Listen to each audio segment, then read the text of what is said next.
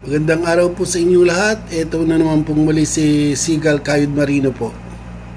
It was only a few days ago na napag-uusapan po natin ang isa pong seafarers po na namatay po sa China at ibinilik na po siya rito sa Pilipinas, at ang kanya pong naging finding sa China ay natural death. Pero dahil po sa kagustuhan po ng mga kanyang mga magulang na ito po malaman kung totoo nga po talagang namatay ito sa natural death o kung ano pa man, kung may foul play po, ay isa pong masaklap na katotohanan po na napag-alaman po sa pag-atopsiya po ng kanya pong labi, ay namatay daw po ito sa asphyxia o by strangulation.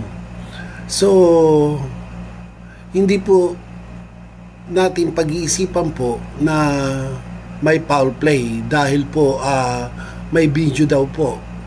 Pero ngayon po ay ang pag-uusapan po natin ay ang katatagan po ng isang seafarer na umakyat po sa barko at magtrabaho.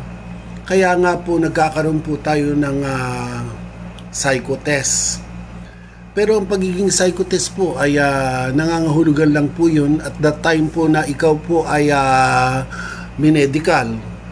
Pero pagkalaon po sa barko, sa dami po ng mga stress na nangyayari po sa isang seafarer sa barko, problema ng pamilya, problema ng pag-ibig, problema sa pera.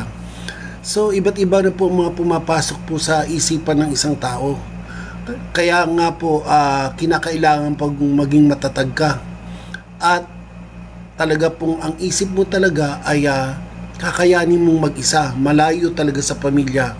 Dahil may mga kasama po tayo sa barko, tayo po ay magkakasama lang po sa trabaho at hindi naman po talaga tayo magkakapamilya, at doon po ay isang bagay na marami po tayong namimiss.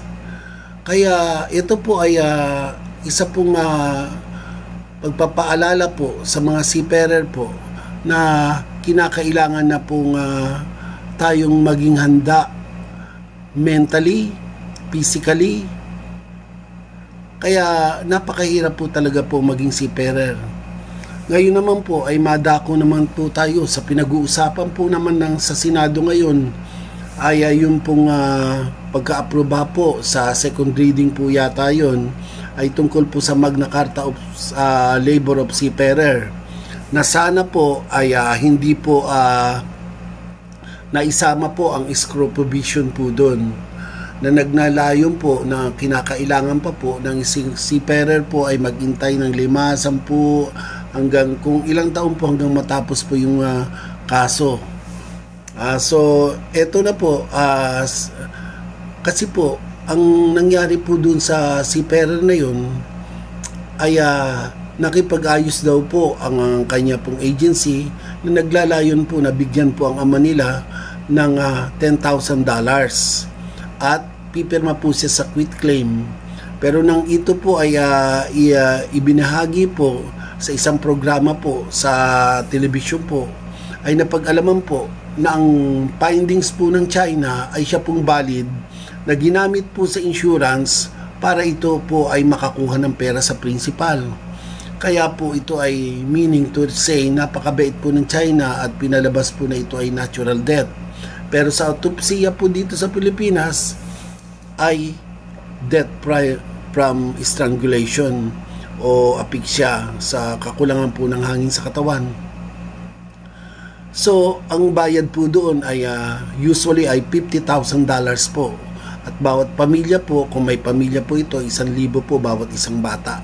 Pero kung nag-iisa lang po, ito po ay mga magulang niya, kung siya po ay binata, ay $50,000 po plus burial.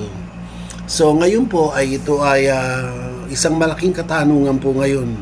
Makukuha po ba ng ng mga magulang ng namatay ang perang 50,000 o papayag na lang po ba sa 10,000? So ngayon po ay malalaman po natin yan, ang batas na po ay kung talaga pong naipapasa na po ito sa Senado at maging batas, maaari po talagang makuha po ng pamilya po yung $50,000 na siya na pong nararapat dahil yun po ang pinagbasihan po sa insurance.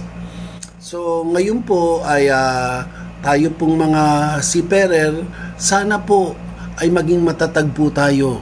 Hindi po tayo padadala po ng damdamin natin na kinakailangan po nating kitilin ang ating buhay ng dahil lamang po sa problema natin sa mga pamilya, sa jowa, sa pera, dahil isa lamang po ang ating buhay. Kaya po sana po tayo ay maging matatag, mentally fit, medically fit. Kung sakali po ng isang seafarer po ay nagpatiwakal, wala po siyang matatanggap po na pera po galing po sa principal dahil ito po ay hindi isang natural death.